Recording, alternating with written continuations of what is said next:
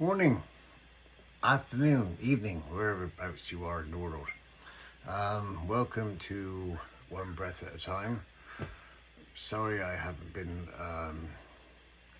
quick with these. Work dictates on my time.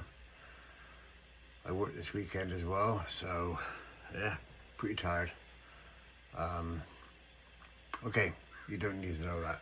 So, One Breath at a Time, episode 4, the job, I guess. So, the last episode, we spoke. I guess I was a little bit off track with that one. My notes were scattered everywhere. It was a tough time, tough week as well. So, yeah, I think we touched on the asbestos. It was just material, as any of us knew.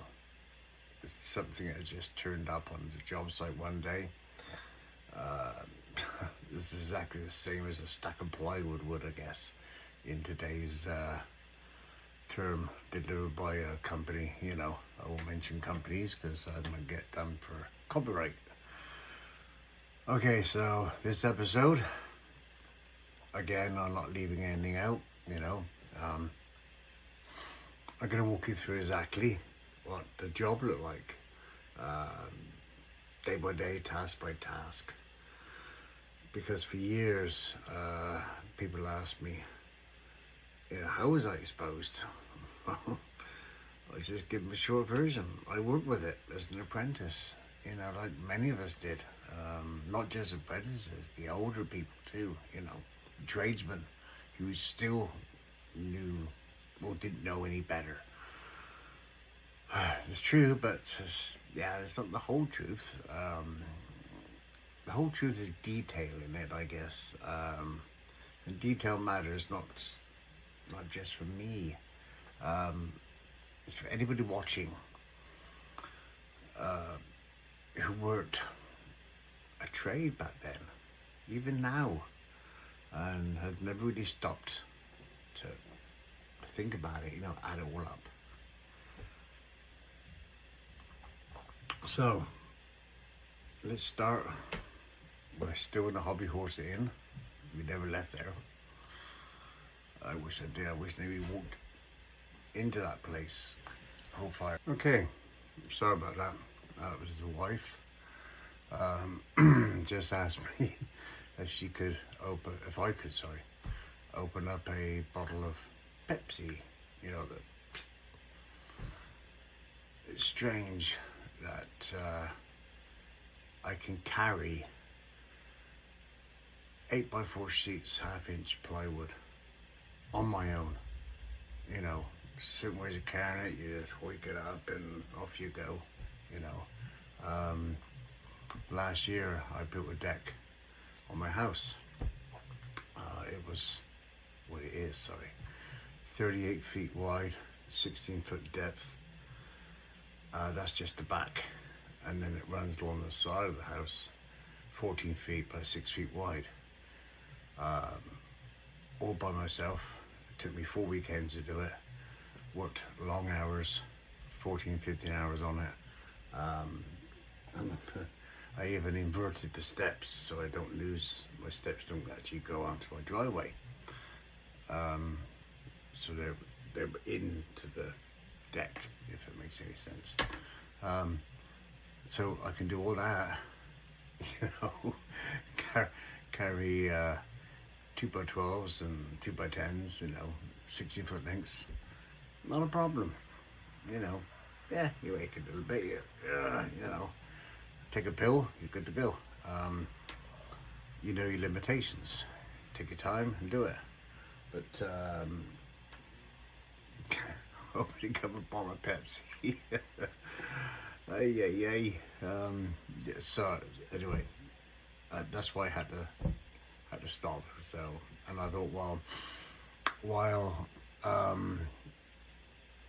I did that for her, bless her, I thought, you know what?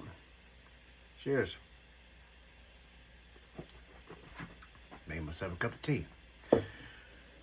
Okay, I totally lost where I was. So I think, yeah, we're still at the Hobbyhorse Inn. Okay, so again, I'm going to look down at my notes because my mind isn't quite as memorable as it used to be. I can remember a lot of things, but when I have to try to explain it, then I gotta write notes down because this happened such a long time ago.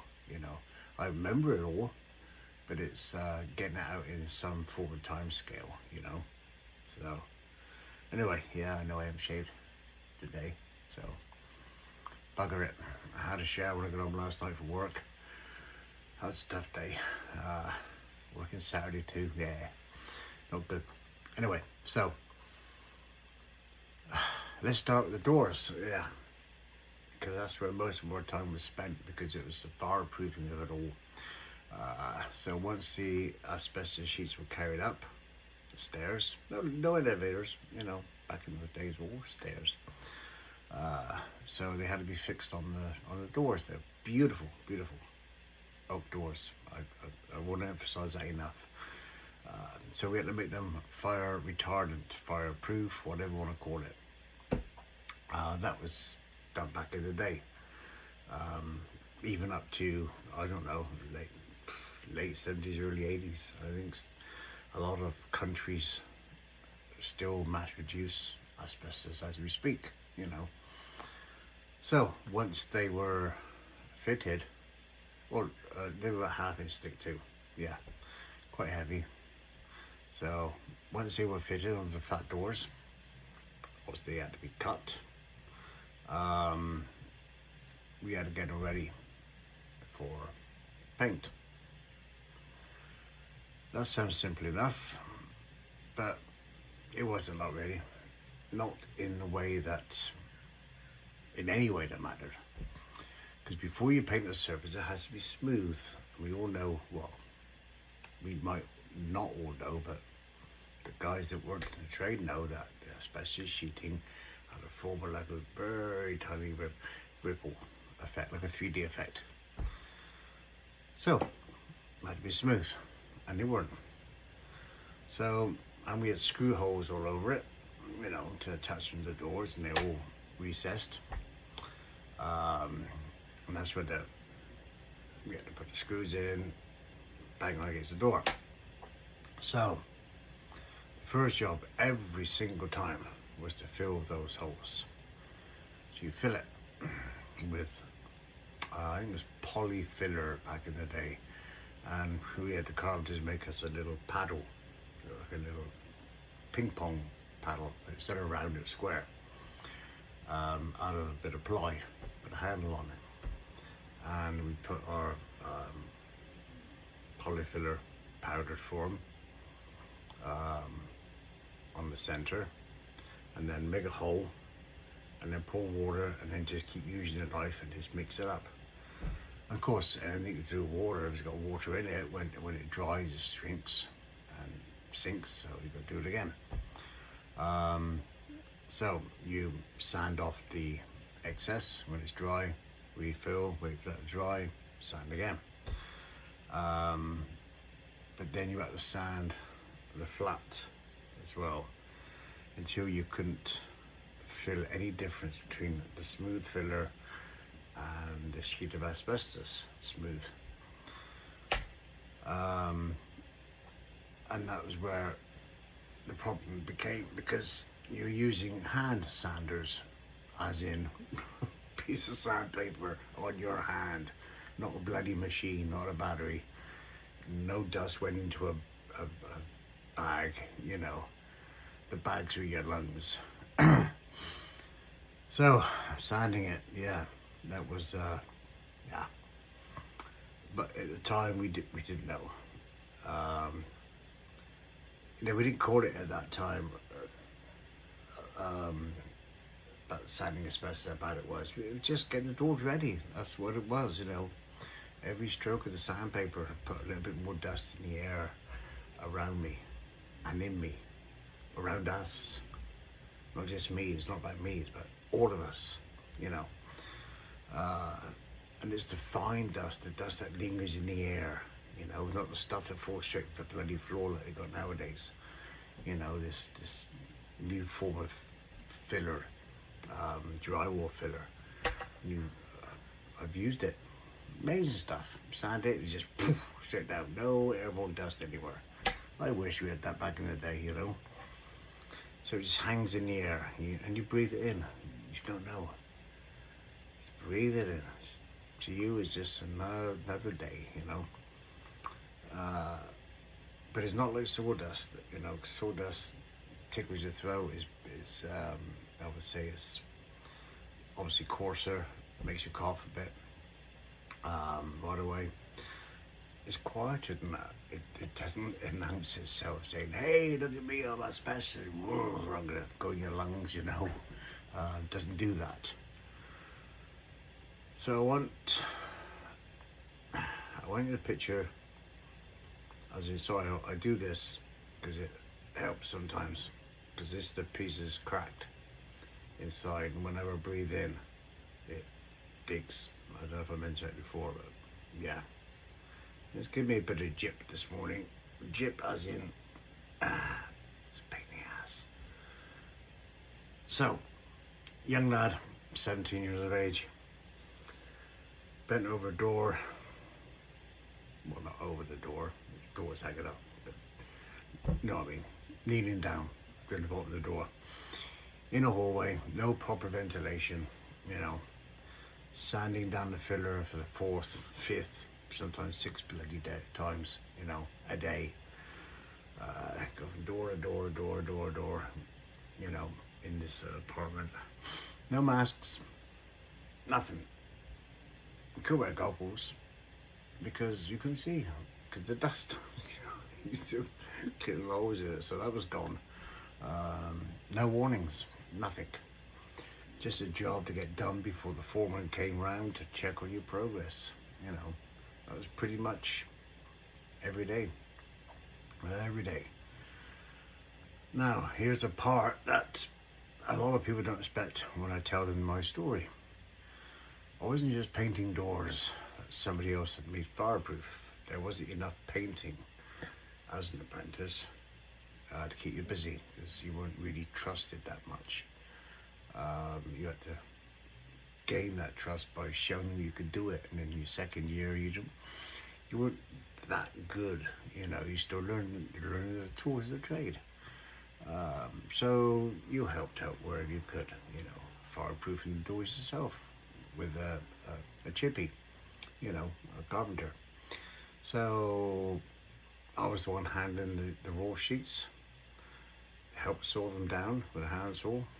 So I learned how to use a big old handsaw, you know, down to fit.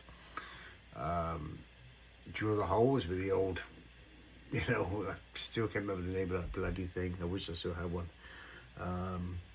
Drill the holes in them, secondary screwed on the door. Once they were fixed in place, then my job began of sanding and planing the edges so they were roundish, not sharp edges on it, you know. So the sheet sat flush with the edge of the door, and there's a little lip, and yeah, you could catch anything on it, so it had to be sanded and or planed. So sewing, drilling, and planing, you know, all created the dust. And every single one of those actions put a shitload, I don't know if I can say that word, but I just did, sorry, of dust into the air. You know, sewing creates a fine dust, and this fine cloud. That's a better word for it, I think, a cloud, not a dust. Because you were such fine, minuscule, microscopic particles. So yeah, when you're sewing, you're bending down, looking at your line, you know, they drew for you. So you're bent over and you're cutting, and the dust just gets thrown up into your face. Sorry, the cloud gets thrown back into your face. Planing, peels of shavings and dust together, you know. You close your mouth, you look in and you're playing, you know, blowing off with your mouth, and it's just, there's no getting away from it. There was no safe haven, you know. The place was half finished. There was bodies flying everywhere, you know, guys. And nobody handed us anything to protect us, you know, not just me, us, any of us, to protect not just my lungs, but the family when you go home, because you're covered in the stuff. Yeah, you dust off the best you can, but we never had places we could go and wash up, you know. We were a crew back in those days, you know. You turn up on the back of a truck, you know, flatbed truck with a plastic thing on it with seats, you know, and you're already in your work gear. You turn up, do your work, dust yourself up and go home. You know, you're still covered in that bloody stuff. So it's not just the person that is dealing with it, it's the people around you afterwards. That's who I worry about, you know, because they don't know. If we didn't know, they surely didn't know, you know, so. And I don't think the reason, you know, I keep coming back to this about us not being handed any PPE, as they call it nowadays, personal protection equipment. And that wasn't because they weren't being cruel or careless with us on purpose. Because as far as anybody on that site understood in the mid-70s, that this was how a job was done. It was normal, you know. It was everywhere. It was even on our outside, as the Aussies called it, dunny, shithouse, toilet, whatever you want to call it. They had asbestos sheeting on the top. Our sheds at the back of our houses had asbestos corrugated sheets on the top, you know, so everywhere was asbestos. Pipe work, maybe an old boiler room, you know. Funny enough, I just did a boiler room, basement area, asbestos abatement. And it's the same, funny enough, the asbestos I used back in the 70s. This time, you know, we were trained up, full respirator, and I don't mean just the face mask, we had the full respirator, you know. I think it's called a P90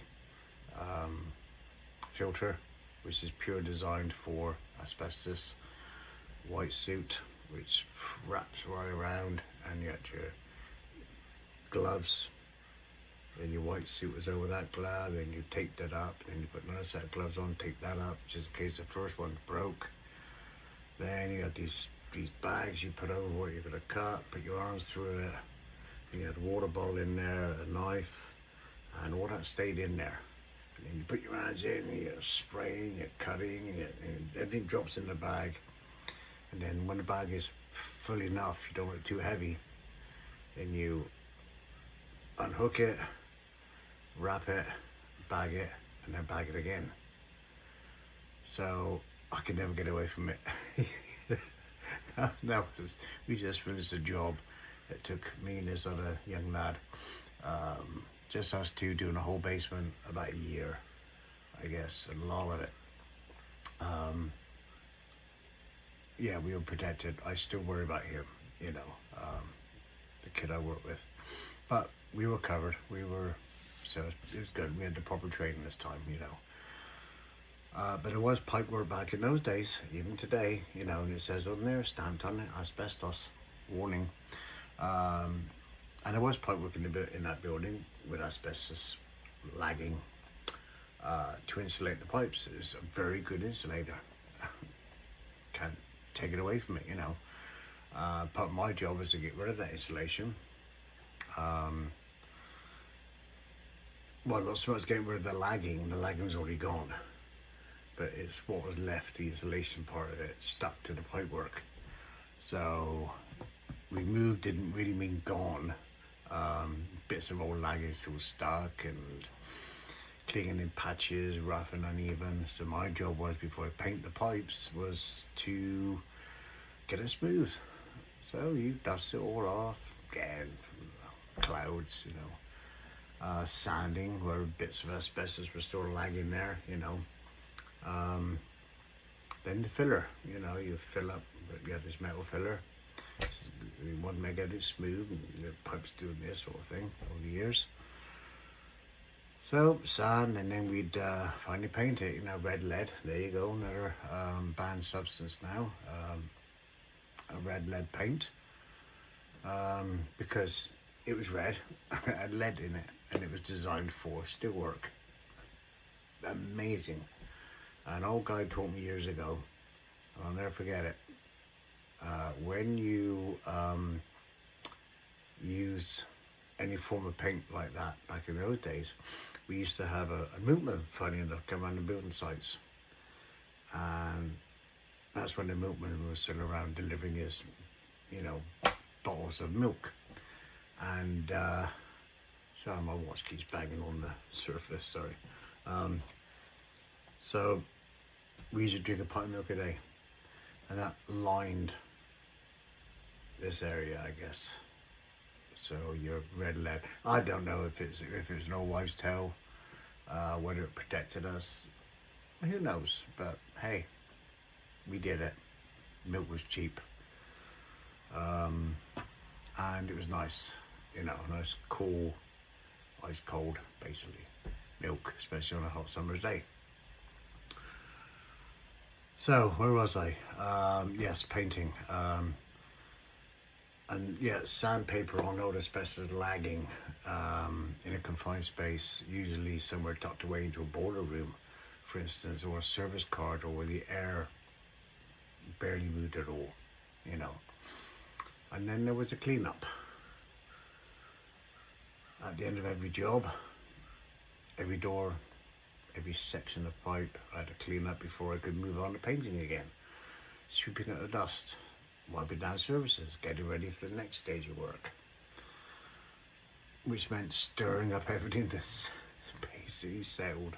So not only do you kick it up in the air to begin with, you're basically putting it back up in the air again. Hey, so yeah, every bit of, where was I? Yeah, so it's settled on everything. Your overall's got, dusting off, gets kicked back in the air one more time. And then that's settled, then you're going to clean off the windowsills and all that sort of stuff. So you pick up your paintbrush, stood in the same space for another hour. Filling, sanding, sewing, drilling, planing, sweeping and painting. Then started the next door and doing it all over again. I would say not the next door, sorry, the next apartment or flat. Because you did one at a time. That was the rhythm, as an apprentice. And nobody thought twice about it, really, back in those days. If you didn't like it, there's the bloody door. There's 10 other people waiting to take your job, so keep quiet, buckle up, do your job, But when I say keep quiet, I didn't mean keep quiet about the asbestos. None of us knew. We weren't hiding nothing. As in, just shut up and do your job, It's not complaining. So, yeah. I think about that kid now, 17 years of age. Good at his job? Yeah. Looking back now, I think so. Proud of it even, But I had no idea that every one of those tasks, the ones that made him, I'll talk about myself in the past tense, I guess. So the ones that made him feel useful, the ones that made him feel like he was actually learning a trade, was quietly doing something to him as a young lad,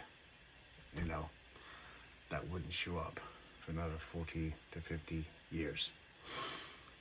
It wasn't recklessness. He wasn't careless. that we just didn't know. None of us knew. I don't tell you all this to make you angry on my behalf, alright? Although you're welcome to be. Because, yeah, what's the point of being angry? It's too bloody late now, isn't it, you know? I'm telling you this because somewhere out there, there's somebody who worked a trade back then who never really sat down and added up everything they were exposed to. The way I'm doing right now, I guess. And if these episodes, series, well, let's call them, does anything, I hope it does that. Get somebody thinking back over their own work, their own site, and their own dust. Next time, I want to take you forward, out of the building site in Minehead, and into a completely different chapter. Because after all that, I didn't stay in England. I built a whole new life thousands of miles away. Later on in my life, obviously, not straight after Minehead. With no idea basically of any of this that was waiting for me. So don't forget, it's in my book. It's just snippets of the book. One Breath at a Time on Amazon. So I'm Dave. This is One Breath at a Time. No cure, no filter, just my story. And hey, don't forget, subscribe, like, and give that little bell a tinkle so you don't miss the next one. And remember, stay safe, take care of each other, and take one breath at a time. And I'll see you soon. Bye-bye.